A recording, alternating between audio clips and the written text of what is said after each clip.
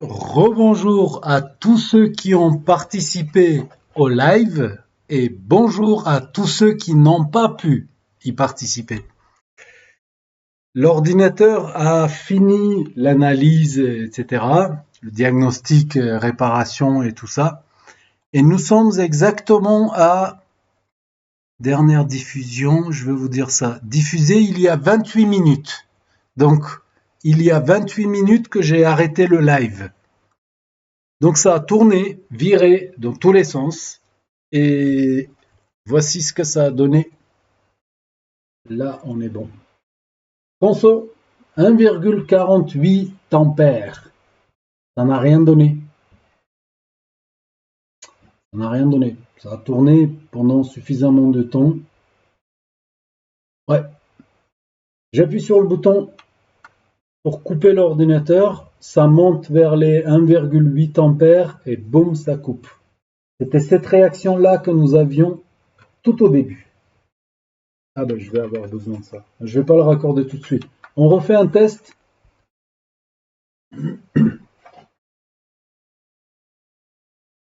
Voilà, conso reste bloqué à 1,4. Donc le problème est toujours là. Toujours là. La meilleure option, ça serait de récupérer le Windows tel qu'il était. Je n'ai pas encore fait de cloner le disque ou quoi que ce soit. Là, je vais essayer encore une chose qui est encore une fois invasif pour le système, pour les données et tout ça. Et on va voir ce que ça va donner. Ce sera l'occasion de vous montrer cette technique. Peut-être certains d'entre vous la connaissent déjà.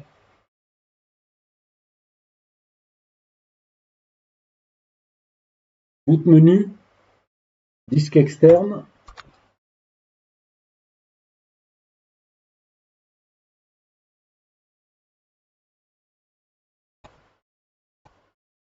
Voilà, nous sommes repartis dans l'environnement de récupération.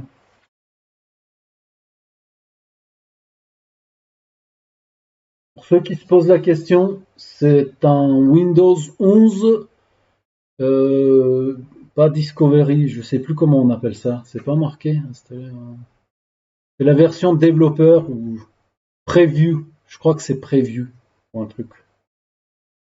Voilà, préparer mon ordi. Francese, toujours pareil. Et c'est ça qui me dit que c'est un problème de BCD. Pour résoudre ce problème, nous allons dans Dépannage, Invite de commande, le disque. D'abord, on va repérer où se trouve notre disque. On commence par ces deux points, dire user. Voilà, notre installation se trouve sur C. On va sur disque part ou disque part en anglais. Liste disque. Nous en avons deux. Il y a le disque externe qui fait 128 Go, 119 Go, là c'est l'abréviation. Et notre disque, c'est le disque numéro 0. Tel disque 0. Liste volume. Cell volume, on va le repérer. C'est un FAT32. Je pense que c'est le 5. Donc c'est bien 5. Volume 5 qui nous intéresse, qui est caché, qui n'a pas de numéro. Voilà, masqué. Voilà. Cell volume numéro 5. Assigne lettre égale R2 point. Qu'est-ce que j'ai pas fait comme il faut? J'ai inversé les deux lettres. Dispar a correctement assigné la lettre au volume. Exit. Et nous revenons sur ces deux points. CD slash D2, non, D, voilà, R2 point, E. Là, je tape le chemin où se trouve, alors il y en a deux, c'est Microsoft ou Boot. C'est Microsoft et Boot. Je me rends compte avec cette ligne de commande, donc la commande c'est cd, plus loin, slash D, je vous laisse vérifier ce que ça veut dire D. Peu importe où on est, envoie-moi à cet endroit. C'est un peu ça que ça veut dire le D. Voilà, nous y sommes. R2. UEFI Microsoft. Voilà. Tout d'abord, je vais commencer par sauvegarder le BCD actuel. Je vais voir s'il est présent. Dire BCD. Je suppose qu'il est là. Voilà. BCD qui fait 49 mégas. Je vais le renommer REN, BCD, et on lui donne le nouveau nom, bcd.old. Donc, le vieux, ça devient le vieux. J'arrive. J'en étais où? REN BCD. Je viens de renommer le BCD qui est devenu bcd.old. Ça, c'est important. Alors, attention, si vous touchez à ces choses-là, ça peut être dangereux. Si vous ne savez pas ce que vous faites, vous risquez de vous retrouver avec un Windows qui refuse de démarrer complètement. Voilà, je voulais vous prévenir. Donc, essayez de comprendre ce que je suis en train de faire et si vous voulez faire le test, faites-le sur un ordi qui ne craint rien et que vous soyez prêt à le réinstaller par exemple. Voilà le petit disclaimer qui va avec. Oui, donc là je vais refaire dire. Attends, je vais récupérer là. Dire BCD, fichier introuvable, parce que nous l'avons renommé et maintenant il s'appelle .old. Est-ce qu'il est bien là? Il est bien là. Voilà. Maintenant, maintenant ça y est. Maintenant on va taper la bootrec ou bcd boot. Il y a plusieurs façons de le faire. Bcd boot. C2 points, c'est notre chemin. C2 points, slash Windows. Voilà, Windows. Tabulation veut dire termine ce que j'ai commencé à écrire. C'est pour aller plus vite, histoire de fainéant, quoi. Ensuite, il me semble que c'était L. FR. Je vous donne la commande comme ça en même temps. S. Slash S. R2 points. Pas d'anti-slash. Espace. Nous avons un slash F à la fin. Je crois que ça se voit. Hein. Je vais vous montrer la commande que je viens de taper. Et UEFI. UEFI. Voilà. Voilà la commande que je viens de taper. Et nous allons voir s'il va résoudre notre problème ou pas. Oh, attention. Qui a mis ça là? Entrée.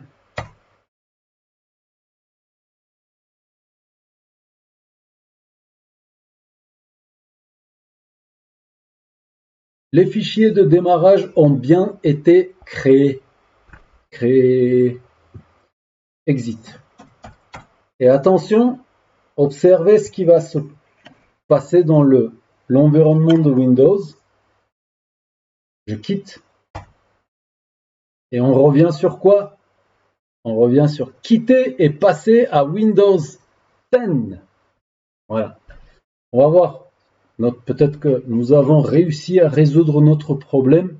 Rien qu'en faisant ça. On redémarre. Je débranche mon disque dur externe. J'y crois pas.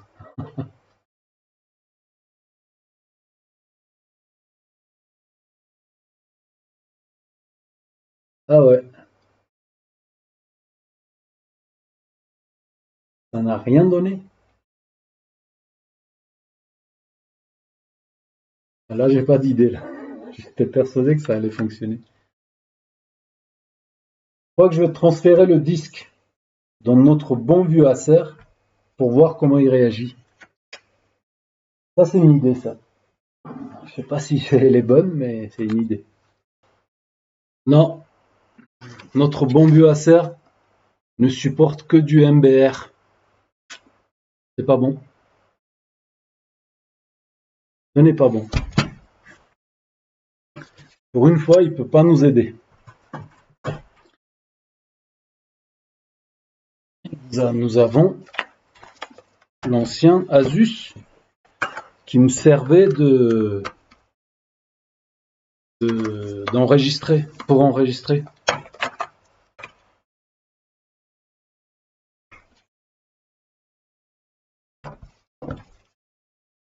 Un peu d'électricité.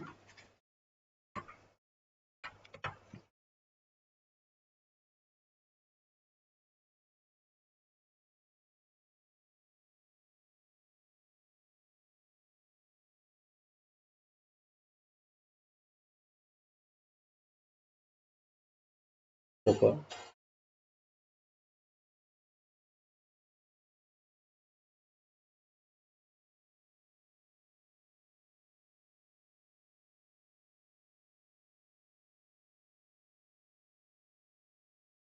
Là, la console, ça veut dire que la batterie est en train de charger, en fait.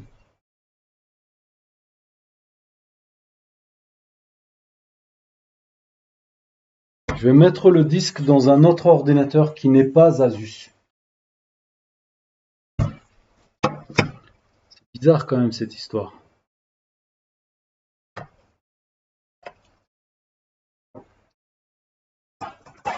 Un Toshiba qui prend en charge les disques non MBR. J'ai pas envie de dire un autre mot.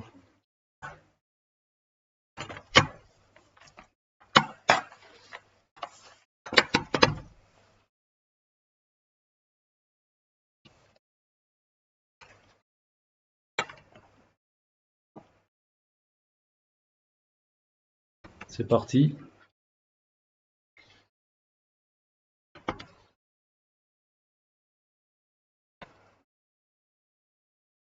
Toshiba, Toshiba, voilà, avec le même disque. Toshiba, j'ai un logo. Ceci dit, ça m'avance pas plus que ça. On est quand même bloqué.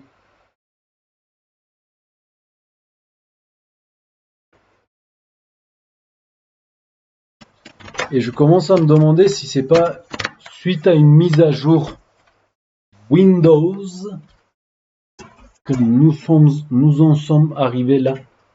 J'ai failli bloquer encore à cette phrase. Alors c'est bon chez vous, à la place de la lime.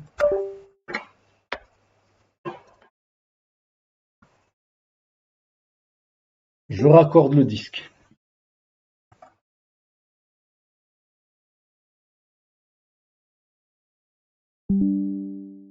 Disque local D et il est accessible.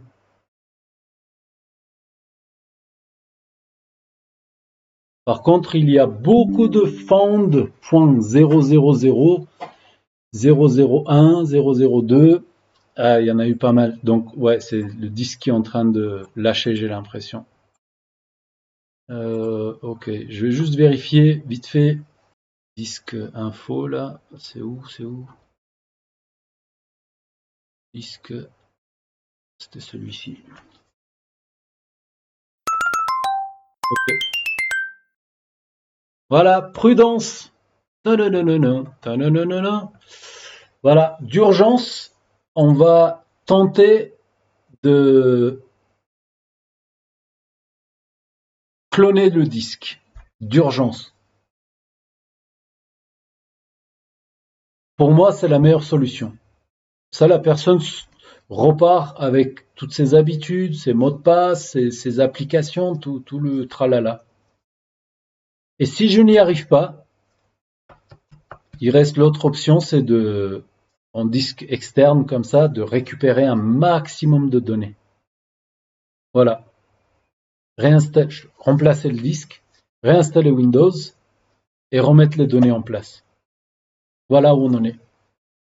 Voilà où on en est. Mais en tout cas, cette vidéo et ce live et ce problème pourraient peut-être vous aider si jamais vous tombez sur le même problème. Donc voilà, il suffit de retirer le disque, d'en mettre un autre à la place avec un Windows, voir si ça part. Comme ça, on le sait tout de suite que c'est un problème de Windows. Donc c'est probablement pas une mise à jour qui a causé ce problème. C'est voilà, on l'a vu, c'est le disque qui est en train de tirer la langue. Je vais arrêter là. Je voulais juste vous tenir au courant pour la suite. C'est fait. Et encore, je voulais vous remercier d'avoir pu participer au live et donner des idées qui nous ont amenés à cette solution. Voilà. Je vous dis merci et à bientôt sur d'autres vidéos. Ciao. Et pour ceux qui sont intéressés de se fabriquer un BIOS, je vous montre. Nous commençons par nous rendre sur le site du fabricant, en l'occurrence Asus. X55A, c'est notre modèle. Donc on va dans la partie BIOS. Voici différentes versions du BIOS.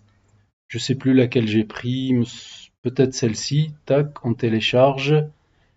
Ensuite, nous allons décompresser le fichier qui sera compressé avec zip. Et on se retrouve avec ce fichier-là. Que fait-on à partir de là? En ne sachant, c'est une capsule. En ne sachant pas par où ça commence, je vais vous montrer. Donc on va l'importer ici. Voilà le fichier arrivé chez le fabricant.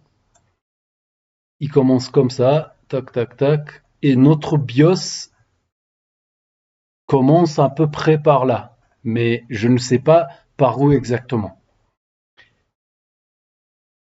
Pour savoir par où il doit commencer, j'utilise un petit utilitaire qui s'appelle Wi-Fi Tool. Voilà le nom là-haut. Je lance le logiciel. Voilà comment il se présente. Ensuite, je vais venir importer mon fichier là-dedans. Et on peut voir que c'est une capsule. On fait ça et le voici notre BIOS. On fait extraire. On le met en l'occurrence dans ce dossier-là. Je vais pas le faire. Si je peux le faire. Je vais l'écraser simplement. Voilà, c'est fait. Maintenant, pour comprendre ce qui est quoi, ça c'est notre fichier qu'on vient de faire. Je vais l'importer également. Ça c'est le début de notre BIOS. Voilà. Et il commence par, on peut le voir ici, chaîne claire. Et pour le retrouver où il se trouve exactement le début, on va descendre. Voilà, je dirais que c'est là. Point d'exclamation, AIA.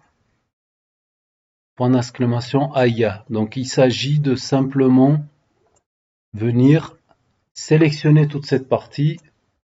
J'appuie sur CTRL majuscule, je remonte tout en haut d'abord. CTRL majuscule, je clique ici, j'ai sélectionné le surplus, j'efface et je me retrouve avec le même début.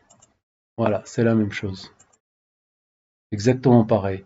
Donc je n'ai plus qu'à sauvegarder. Ah, on va vérifier la fin aussi.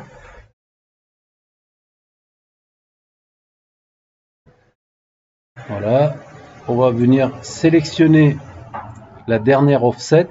Bouton droit, copier. Je vais sur mon fichier, rechercher. Je colle. Chaîne claire, non. Valeur exa, tout. Et c'est bien ça. Ça correspond. Ce qui veut dire que je viens de extraire le BIOS de notre capsule. Voilà. Et je n'ai plus qu'à enregistrer le fichier. Et c'est terminé. C'était modifié. Non, j'ai pas besoin. Voilà. Mais, mesdames, messieurs, ce n'est pas terminé. Donc là, ça c'est le fichier arrivé de chez le fabricant. Voici sa taille. 6, 146. c'est une capsule. Donc il y a des infos qui ne nous intéressent pas. C'est fait. Voilà. Ça, c'est le main BIOS. 644. Voilà. Mais un BIOS complet doit ressembler à ceci. Ça, c'est la taille. 892. Voilà. Ça, on va dire que c'est notre ancien BIOS. Il est toujours important de sauvegarder notre ancien BIOS, même s'il est en panne. Voilà. Il contient des informations dont on a besoin pour aller plus loin. Et ce BIOS, bon, en l'occurrence, pour notre histoire, je n'ai pas eu à dessouder, à lire l'ancien BIOS, puisque ce n'était pas un problème BIOS. Je suis allé en récupérer un sur Internet. Voilà, il s'agit du même modèle. Donc, je vais venir importer mon ancien BIOS dans ExaEditor. C'est fait. Ensuite, le main BIOS qui a été décapsulé. Ça ne démarre pas du tout de la même manière. Voilà. Ça, c'est le BIOS complet. Il démarre ainsi. Et là, c'est notre main BIOS on doit trouver sa correspondance. Pour ce faire, on va commencer par sélectionner la première offset, copier. On va sur notre ancien BIOS, rechercher, valeur exa. Voilà, toutes, c'est parti. Voici par où commence notre main BIOS. Voilà.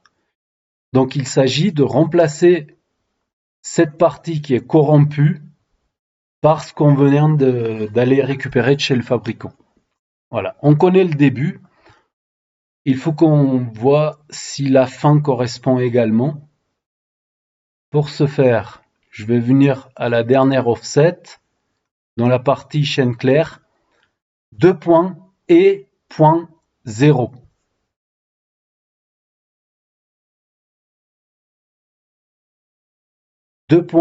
E.0. La fin, c'est exactement pareil. Et à la fin, c'est @OY. @OY. Donc, on est sûr d'avoir... voilà. Ensuite, on va retrouver notre sélection qui était... On va refaire une recherche. Voilà. Là, c'est le début. Donc, je vais venir, je sélectionne tout. CTRL A. Bouton droit, copier. Je vais venir sur notre ancien BIOS qui est en panne. Je vais venir, bouton droit juste à cet endroit-là, au début de ma sélection. Et on va faire coller en écrasant. Et c'est fait. Voilà. Je n'ai plus qu'à sauvegarder mon ancien BIOS qui vient d'être réparé. Enregistrer sous. Et je vais le nommer. OK. Et voilà. On vient de réparer notre ancien BIOS. Bien sûr, il faut transférer les infos DMI aussi, également. Donc, les infos, on les trouve dans notre ancien BIOS, bien entendu. On vérifie le numéro de série, etc.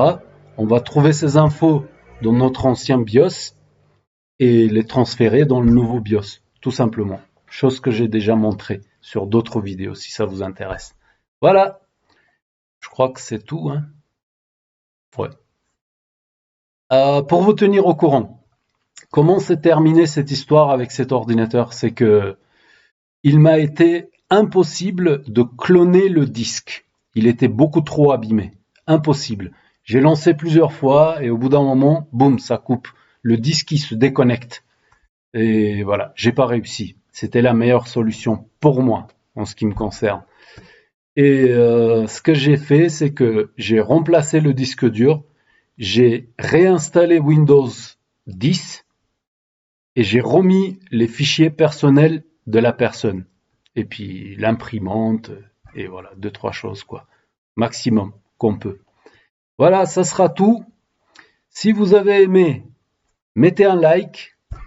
Et encore merci à tous ceux qui ont participé au live pour trouver la solution de ce problème. À bientôt. Ciao.